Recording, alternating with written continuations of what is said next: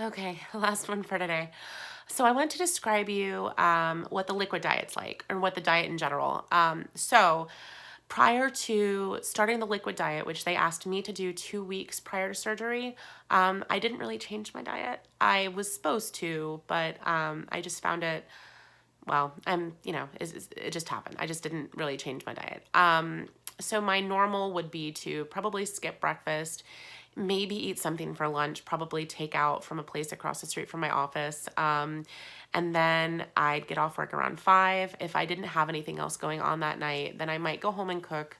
But more than likely, because I keep a very busy social life, I would go out and grab something fast food on the way to or from something. Or I help out with church a lot with the youth group, and sometimes they provide dinner. So it would be like pizza, or some of the parents they'll make stuff and bring it to our dinners.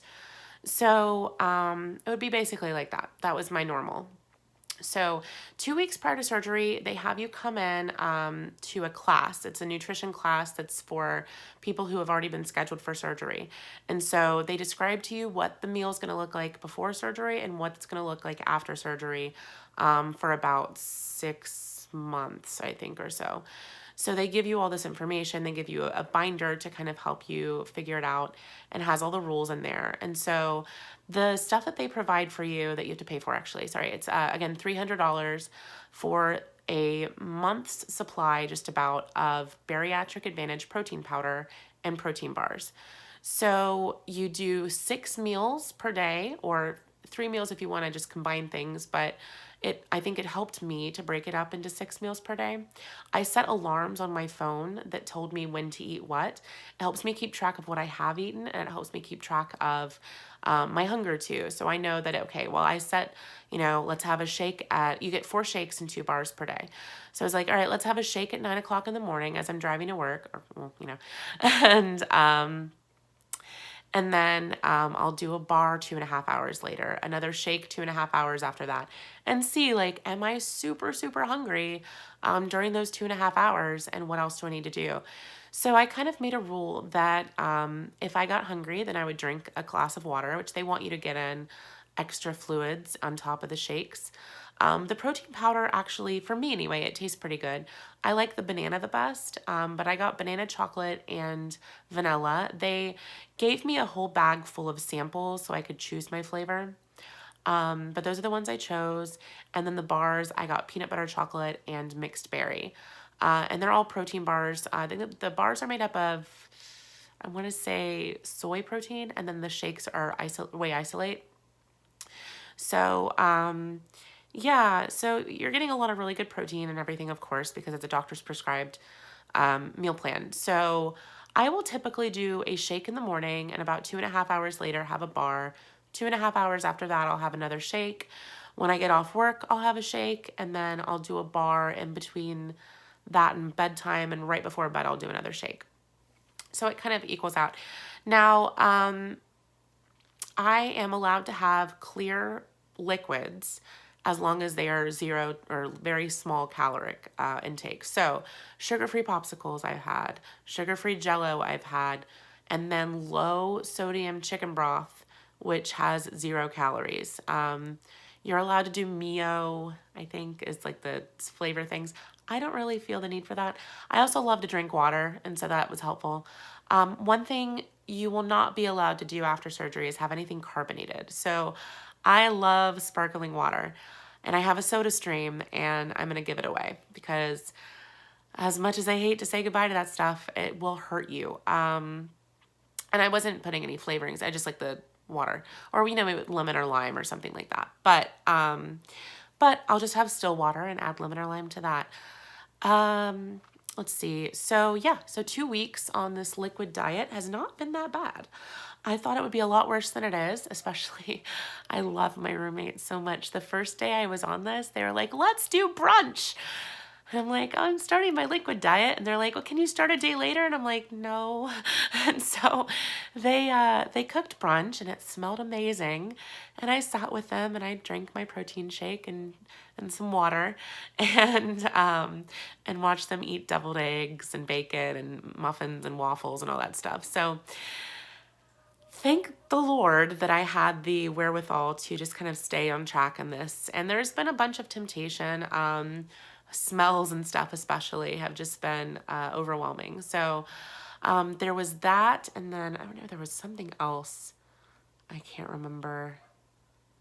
But it was like food was just in my face all the time during those first few days, of course.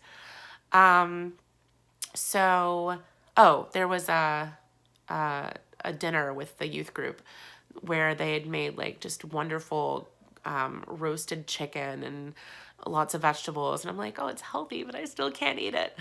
Um, so just drinking the shakes, which can get boring, but it's not that bad. I've noticed too, when I do the chicken broth, having that hot and savory thing in your stomach really helps you. And you can add salt to it. I've added salt, I've added garlic powder, whatever seasonings you want to put in there, as long as it's 0 calories. It just really helps to make you feel full and satiated, and it's made a huge difference. And then the popsicles help if you have a sweet tooth. I don't have much of a sweet tooth. But it's good if you're bored, if you're in between meals and you're just like, I need to have something. Not that you should eat for boredom, but the meals themselves are just boring when you're used to eating so much variety as we usually have available to us. The banana helps, and you can do a banana or a glass of milk per day to get your calcium and potassium. So I'll typically do that in the morning. I'll mix the milk with my banana powder, and that makes like a nice banana milkshake kind of feel. I thought about putting it in the blender with some ice, but I really haven't felt the time or effort to do that. Um, so yeah, it's been fine, surprisingly, but it's been fine. I would just recommend really stocking up on that broth. Um, so beyond that, when I have the surgery, I'll be in the hospital 1 to 2 days, depending on how I recover. And they will do everything in the hospital for me. I don't need to worry about bringing in any of the protein shakes or anything like that. When I leave the hospital, I will have to be on vitamins immediately. And actually, I just went and saw the doctor and nutritionist today. She wants me to start vitamins A and D now because I am, I guess, deficient in those. So um, I bought, I keep saying they gave me, I bought for another $300 a 3-month supply of their vitamins. And they also have chewable ones because after a gastric bypass, you cannot absorb pills. So you have to either crush them up, pour out the capsules, or chew, and it cannot be gummies. So these are, they're kind of like Starburst, just little calcium chews and vitamin chews that they sell. And so they taste really good. They gave me samplings of them so I could choose my flavors. So I like the kind of citrusy ones. So I got like mango pineapple, which I guess isn't quite citrus, but that one, orange, lemon, all those kind of things. So yeah, so those I'll have to take for the rest of my life. And I don't have to use their brand, but I figured it was easiest to at least start with their brand since they know what they're doing. So after surgery for 14 days, it'll be clear liquids type 1, which is basically just as you would think of it, clear liquids. Protein shake, which is mixed with water, and sugar-free popsicles, sugar-free Jello, anything like that. And then after 14 days, they will graduate you to the full, like, clear liquid diet, which is including any sugar-free puddings or yogurts and stuff like that. So I'm not sure exactly what constitutes as a clear liquid, but they give you a list of things you can and cannot have. So that helps. But it'll be a little bit more exciting of a diet, I guess, at that point. And then after that 21 days of total on a liquid diet, they will graduate you to mushy foods. And those mushy foods are going to be anything you can kind of press with your tongue and teeth.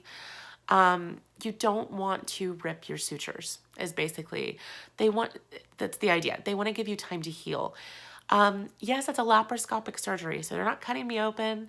They're just going in with 5 little incisions on my stomach, but my stomach is being cut and my intestines are being cut and reattached, and it's a lot of healing.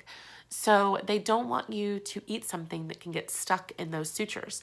So they want you to completely heal for about 9 weeks. So that's 21 days of liquid and then 6 weeks of mushy food.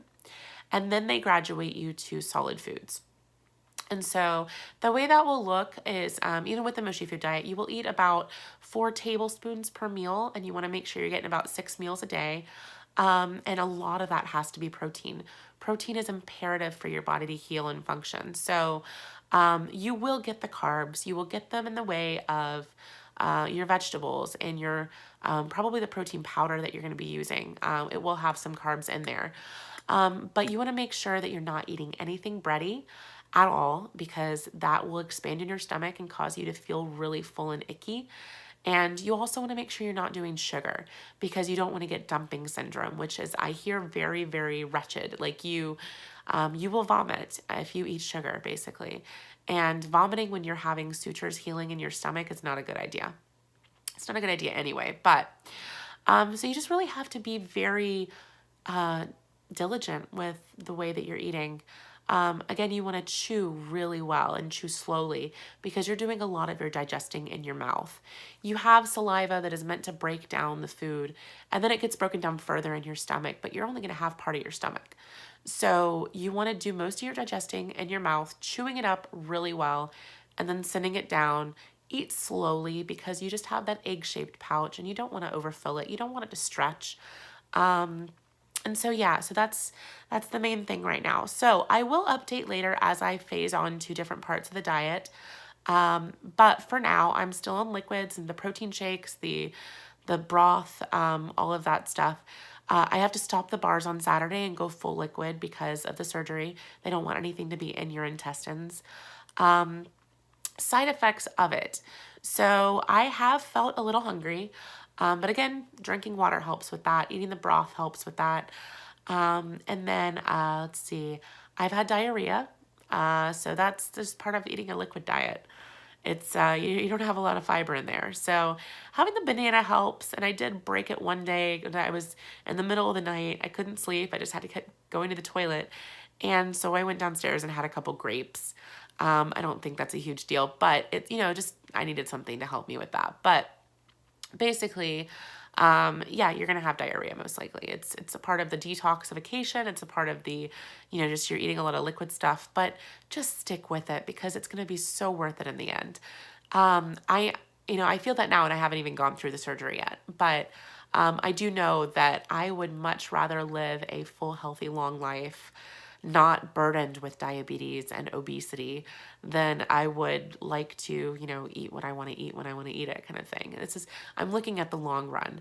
Yeah, it'd be great to be able to have a hamburger or like cheesecake or chicken, whatever, but like, I can deal with this for the few months that I have to deal with it in order to have the best life I can have.